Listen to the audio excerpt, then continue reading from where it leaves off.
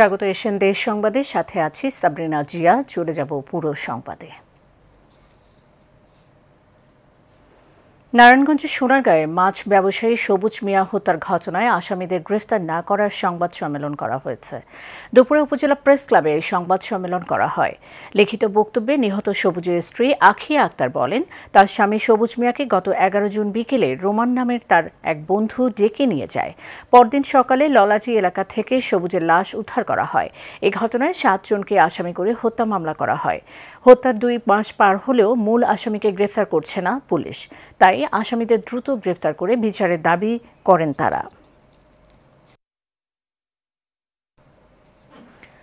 নারায়ণগঞ্জের রূপগঞ্জের পূর্বাচলে শান্ত সরকার নামে যুবদল নেতাকে পিটিয়ে ও কুপিয়ে হত্যা মামলার অন্যতম আসামি শাহিন আকন্দকে গ্রেফতার করেছে র্যাব। গোপন সংবাদের ভিত্তিতে অভিযান চালিয়ে তাকে গ্রেফতার করা হয়। পরে রূপগঞ্জ থানায় সোপর্দ করা হয় শান্তকে। গ্রেফতারকৃত শাহিন আকন্দ পলখানি এলাকার বাসির উদ্দিনের ছেলে। তার বিরুদ্ধে হত্যা মামলাসহ একাধিক মামলা রয়েছে।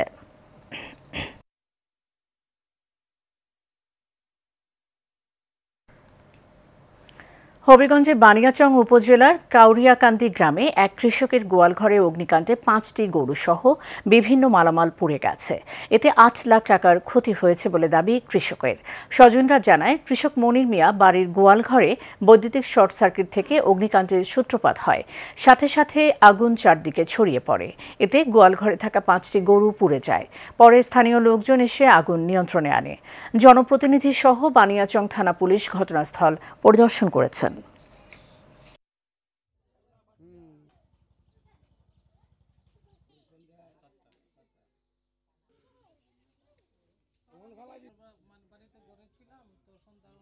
আগুনটা যে লাগছে আমরা কইতে পারি না কেমনে লাগছে, বুঝছেন। ইলেকট্রিক্যালের আগুনও হইতে পারে, আমার সম্ভাবনা ইডুই বিদ্যুতের লাইন আছে। আমার 5টা গরু মরছে, 3টে গাভী গাব গাই আর একটা ডেকা আর একটা ডেকি বাছুর। জুলাই আগস্টে গণ অভ্যুত্থান ও শহীদদের স্মরণে বগুড়া প্রেস ক্লাবের আয়োজনে 3 দিনব্যাপী চিত্র ও ভিডিও প্রদর্শনী উদ্বোধন করা হয়েছে। বগুড়া প্রেস ক্লাবের নতুন ভবনে এই প্রদর্শনী উদ্বোধন করেন জেলা প্রশাসক হোসনা আফরোজা। উপস্থিত ছিলেন পুলিশ সুপার জেদান আল মুসা, জেলা বিএনপির সভাপতি রেজাউল করিম বাদশাহ, প্রেস ক্লাব সভাপতি রেজাউল হাসান রানু, সম্পাদক কালাম আজাদ সহ অনেকে।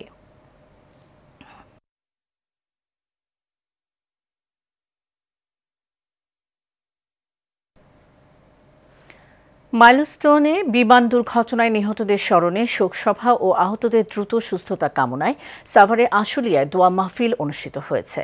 তাঁতি দলের আশুলিয়া থানার সহসভাপতি মোহাম্মদ বকুল আহমেদ ভূঁইয়ার উদ্যোগে এর আয়োজন করা হয়। এছাড়াও শহীদ রাষ্ট্রপতি জিয়াউর রহমানের রুহের মাগফিরাত, বেগম খালেদা জিয়ার রোগ মুক্তি এবং তারেক রহমানের মঙ্গল কামনায় দোয়া করা হয়।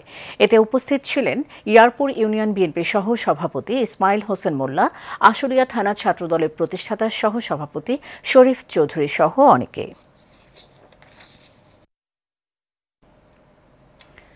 বিএনপির ভারপ্রাপ্ত চেয়ারম্যান তারেক রহমানের রাষ্ট্র কাঠামো মেরামতে 31 দফা বাস্তবায়নের লক্ষ্যে চাঁদপুরের কচুয়ায় গোহজ উত্তর ইউনিয়ন বিএনপি ও অঙ্গ সহযোগী সংগঠনের আয়োজনে কর্মী সভা হয়েছে।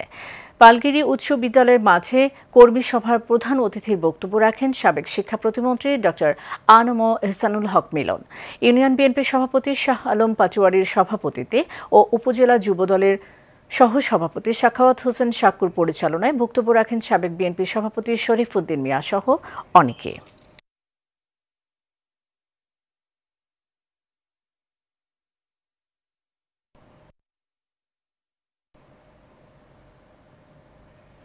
ইসলাম ও স্বাধীনতা বিরোধীদের বাংলার মাটিতে রাজনীতি করার কোনো অধিকার নেই বলে মন্তব্য করেছেন বাংলাদেশ খেলাফত মজলিসের কেন্দ্রীয় আমির আল্লামা মামুনুল হক। কচুয়া সরকারি ডিগ্রি কলেজ মাঠে বাংলাদেশ খেলাফত মজলিস উপজেলা শাখার আয়োজনে নির্বাচনী প্রচারণায় তিনি একথা বলেন। বাংলাদেশ খেলাফত মজলিস কচুয়া উপজেলা শাখার সভাপতি নুরুল ইসলাম মাদানীর সভাপতিত্বে স্বাগত বক্তব্য রাখেন চাঁদপুর 1 আসনের এমপি প্রার্থী আনিসুর রহমান কাশিমি।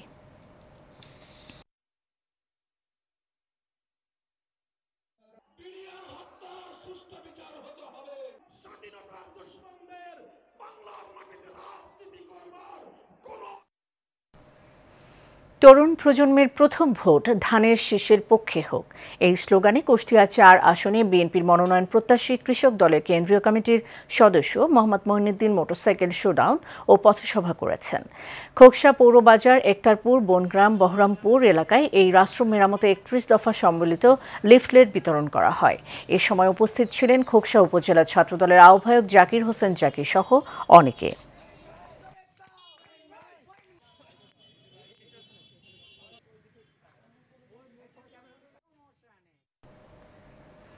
গাজীপুরের পুবাইল বসুগাঁও এলাকায় ভুয়া কমিটির নামে এতিমখানার অর্থ আত্মসাতের অভিযোগে সংবাদ সম্মেলন করেছে পাছানবাড়ি কাশিমুল উলুম মাদ্রাসা ও এতিমখানা মসজিদ কমিটি। সংবাদ সম্মেলনে এতিমখানার মোতাওয়াল্লি হাফেজ আহমেদ পাঠান বলেন, জমিদাতা মূল কমিটির দায়িত্ব পালন করার সময় কিছু দুষ্কৃতিকারী এতিমখানার নামে ভুয়া কমিটি করে সরকারি অনুদানের ১ টন চাল আত্মসাৎ করে। এ বিষয়ে জেলা প্রশাসক বরাবর এতিমখানা কমিটির সভাপতি জামির আলী খান লিখিত অভিযোগ দেন। এছাড়াও তথ্য প্রমাণের ভিত্তিতে ভুয়া কমিটির বিরুদ্ধে সংবাদ প্রচার করায় সাংবাদিক জুয়েল পাছানের বিরুদ্ধে মিথ্যাচার ও অপপ্রচারের তীব্র নিন্দা জ্ঞাপন করেন মসজিদ কমিটির সভাপতি ও মোতাওয়াল্লি। নোয়াখালী কোম্পানিগঞ্জ বসুরহাটের সাইফুল ইসলাম সৌরভ ও তার পরিবার এবং এলাকাবাসীকে মিথ্যা মামলা দিয়ে হয়রানির অভিযোগে সংবাদ সম্মেলন করা হয়েছে। মাইজদিতে এই সংবাদ সম্মেলন করা হয়। ভুক্তভোগী সাইফুল ইসলাম সৌরভ জানান, পূর্ববিরোধের জেরে প্রতিবেশী আইনজীবী ইসরাত জাহান সুপ্তা ও তার বাবা শহীদুল্লাহ ফ্যাসিস্ট আওয়ামী লীগের সাধারণ সম্পাদক ওবায়দুল কাদেরের এপিএস মতিনকে ব্যবহার করে ১৬টি মিথ্যা মামলা দিয়ে হয়রানি করে। ঘটনা তদন্ত করে মামলা থেকে মুক্তি পেতে প্রশাসনের হস্তক্ষেপ কামনা করেন ভুক্তভোগীরা। মৌলভীবাজারের জুড়িতে অসময়ে মালচিং পদ্ধতিতে কাঁচা মরিচ চাষ করে সাড়া ফেলেছেন কৃষক আব্দুল মতিন। উপজেলার অধিকাংশ কৃষি জমি বন্যার পানিতে তলিয়ে ফসল নষ্ট হলেও কৃষক আব্দুল মতিন তার বাড়ির পাশের উঁচু জমিতে মালচিং পদ্ধতিতে মরিচ চাষ করে পেয়েছেন ব্যাপক ফলন। তার মরিচ চাষের সফলতা দেখতে প্রতিদিনই নতুন উদ্যোক্তারা ভিড় করছেন।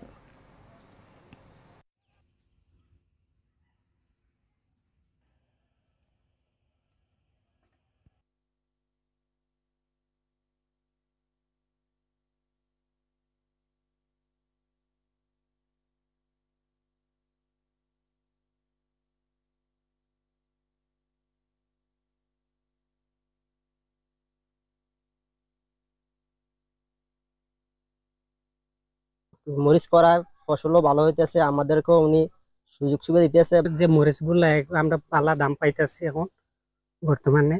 অফ সিজনে যে মরিচের চাষ করে এটা বাজার মূল্য অনেকটা ভালো প্রফিট পাওয়া যায়। তারপর হচ্ছে কি আমাদের এই জুড়ি উপজেলায় খুবই কম, বর্তমানে উনি একটা মরিচ চাষ করছে।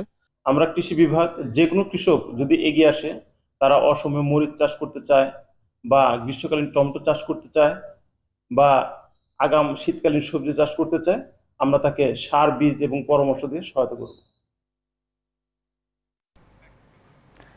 চট্টগ্রামে আলোচনা সভার মধ্য দিয়ে পালিত হয়েছে দৈনিক আমার দেশ চট্টগ্রামের ১৪তম প্রতিষ্ঠা বার্ষিকী। চট্টগ্রাম প্রেস ক্লাবে আয়োজিত সভায় সভাপতিত্ব করেন পত্রিকার সম্পাদক ও প্রকাশক মিজানুর রহমান চৌধুরী। সঞ্চালনায় ছিলেন মনির চৌধুরী ও দিলরুবা খানম ছুটি। বক্তব্য রাখেন সাংবাদিক হাজী মোহাম্মদ নুরুল কবির, মহানগর দায়রা জজ আদালতের পিপি অ্যাডভোকেট মুফিজুল হক ভূঁইয়া সহ অনেকে। পরে কেক কেটে বর্ষপূর্তি উদযাপন করা হয়।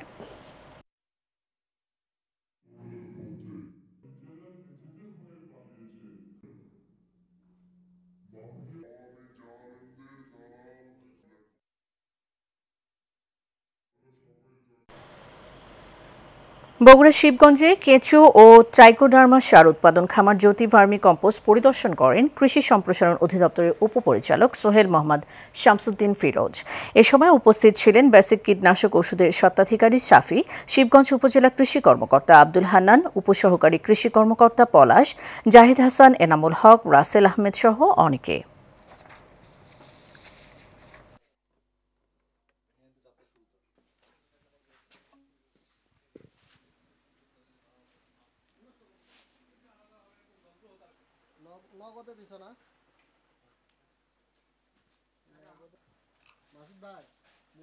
জমিতে আমার জৈব সারের আমার দরকার, তো আমরা কিছুটা কিন্তু নর্মালি আমরা কেমিক্যাল সার বেশি ব্যবহারে উৎসাহী, কিন্তু আমরা বলছি না, এটাকে একটু থামতে হবে, আমরা জৈব সার ব্যবহার করতে হবে। তো এটা করতে গেলে আমাদেরকে গোবর সহ যে এটা জৈব সারের উৎস সেটা আমাকে খুঁজতে হবে। তো সহজ একটা উৎস হলো আমার কেঁচো সার বা ভার্মি কম্পোস্ট। জৈব সারটা এটা কিন্তু একটি কেমিক্যাল টেস্ট হয়েছে এবং সেই কেমিক্যাল টেস্টে তার নিউট্রিয়েন্ট কন্টেন্ট এবং ওয়াটার কন্টেন্ট যেটা স্ট্যান্ডার্ড লেভেলে থাকার কথা সেটাই রয়েছে। এখন পর্যন্ত আমরা ওটাই পেয়েছি। উপজেলা পরিষদের সামনে একটা নারিকেলের গাছ মারা যাওয়ার উপক্রম হচ্ছে, ওই গাছের গোড়ায় আমি নিজে থেকে ওই সারটা প্রয়োগ করে দিছি। আল্লাহর রহমত 15 দিনের মধ্যে কাঁচা পাতা বের হয়ে গেছে ওই নারকেল গাছের। বাংলাদেশ রাগবি ফেডারেশন ইউনিয়নের সহযোগিতায় সরকারি শারীরিক শিক্ষা কলেজ চট্টগ্রামের আয়োজনে 3 দিনব্যাপী রাগবি কোচেস অ্যান্ড রেফারিজ ট্রেনিংয়ের উদ্বোধন করা হয়েছে। কলেজের ভারপ্রাপ্ত অধ্যক্ষ এস.এম. গিয়াসউদ্দিন বাবরের সভাপতিত্বে এতে প্রধান অতিথি হিসেবে কোর্সের উদ্বোধন করেন civil surgeon doctor Jahangir Alam. অনুষ্ঠানে চঞ্চল বিশ্বাসের সঞ্চালনায় আরও বক্তব্য রাখেন কোর্স ইনস্ট্রাক্টর নাজমুস সাকিব এবং এস.এম.এ. শামীম।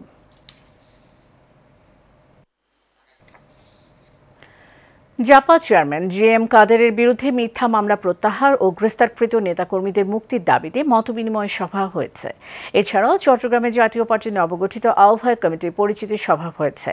সভায় জাতীয় পার্টির কেন্দ্রীয় প্রেসিডিয়াম সদস্য আবু তাহেরের সভাপতিত্বে ও মহানগর যুগ্ম আহ্বায়ক কে.এম. আফসার উদ্দিন রনির পরিচালনায় সভায় বক্তব্য রাখেন জাপার যুগ্ম আহ্বায়ক মোহাম্মদ ওসমান খান সহ অনেকে। গাছ লাগাই পরিবেশ বাঁচাই এই স্লোগানে চট্টগ্রামে কর্ণফুলী উপজেলায় গাছের চারা রোপণ ও বিতরণ কর্মসূচি হাতে নিয়েছে আইয়ুব বিবি ট্রাস্ট। সকালে উপজেলার আজিমপাড়া আজিম হাকিম স্কুল চত্বরে স্থানীয় সামাজিক সংগঠনের পাশাপাশি বিভিন্ন শিক্ষা প্রতিষ্ঠানে ফলজ বনজ ঔষধি ও ফুল গাছের চারা বিতরণ করা হয়। সমাজসেবক মোহাম্মদ শাহজাহান ফারুকের সভাপতিত্বে এতে প্রধান অতিথি ছিলেন আইয়ুব বিবি ট্রাস্টের ভাইস চেয়ারম্যান লায়ন মোহাম্মদ হাকিম আলী। উপস্থিত ছিলেন ডিসিএল এর জিএম আব্দুর রহিম সহ অনেকে। চট্টগ্রামে জমকালো আয়োজনে আত্মপ্রকাশ করেছে চট্টগ্রাম অতিথি ক্রিয়েটিভ ও মার্চেন্ট ক্লাব। এ উপলক্ষে আলোচনা সভা হয়েছে হোটেল রেডিসন ব্লুর হল রুমে। অনুষ্ঠানে সভাপতিত্ব করেন চট্টগ্রাম বিভাগীয় ইনচার্জ ও সহকারী পরিচালক লায়ন মঞ্জুর মোর্শেদ। উপস্থাপনায় ছিলেন এক্সিকিউটিভ ট্রেনার পার্থ প্রতিম দাস। অনুষ্ঠান পরিচালনা করেন প্রোগ্রামের সহকারী পরিচালক লায়ন তাজুল ইসলাম। প্রধান অতিথি ছিলেন অতিথি লিমিটেডের এমডি ও সিইও লায়ন সাইফুল ইসলাম সোহেল সহ অনেকে।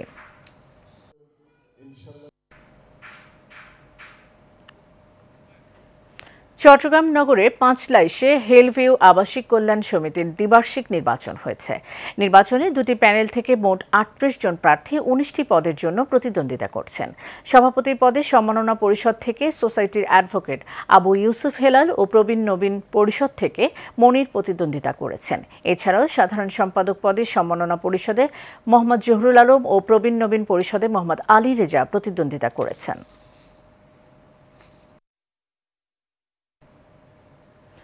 শ্রী শ্রী জন্মাষ্টমীর মহা শোভাযাত্রা উপলক্ষে শ্রী শ্রী অনুকূল ঠাকুর সৎসঙ্গ আশ্রমে এক সমন্বয় সভা হয়েছে। জন্মাষ্টমী উদযাপন পরিষদের কার্যকরী সভাপতি আয়ান শর্মার সভাপতিত্বে এতে প্রধান অতিথি ছিলেন জন্মাষ্টমী পরিষদের সাধারণ সম্পাদক আর কে দাস রূপু। এতে বক্তব্য রাখেন কার্যকরী সাধারণ সম্পাদক বিপ্লব দে পার্থ সহ অনেকে। চট্টগ্রামের উন্নয়ন ও নাগরিক অধিকার বাস্তবায়নে আত্মপ্রকাশ করেছে নতুন প্ল্যাটফর্ম ভয়েস ফর চট্টগ্রাম।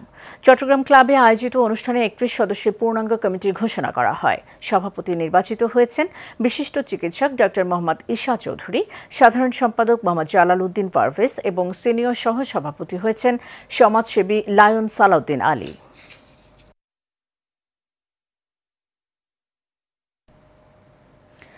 চট্টগ্রামে ভোলার দৌলত খান বোরহানুদ্দিনের বিভিন্ন শ্রেণী পেশার মানুষদের সাথে নিয়ে মতবিনিময় সভার আয়োজন করা হয়েছে। এতে প্রধান অতিথি ছিলেন রফিকুল ইসলাম মমিন। এ সময় তিনি দৌলত খান বোরহানুদ্দিনের খেটে খাওয়া মানুষের ভাগ্য উন্নয়নে নানা পরিকল্পনার কথা তুলে ধরেন।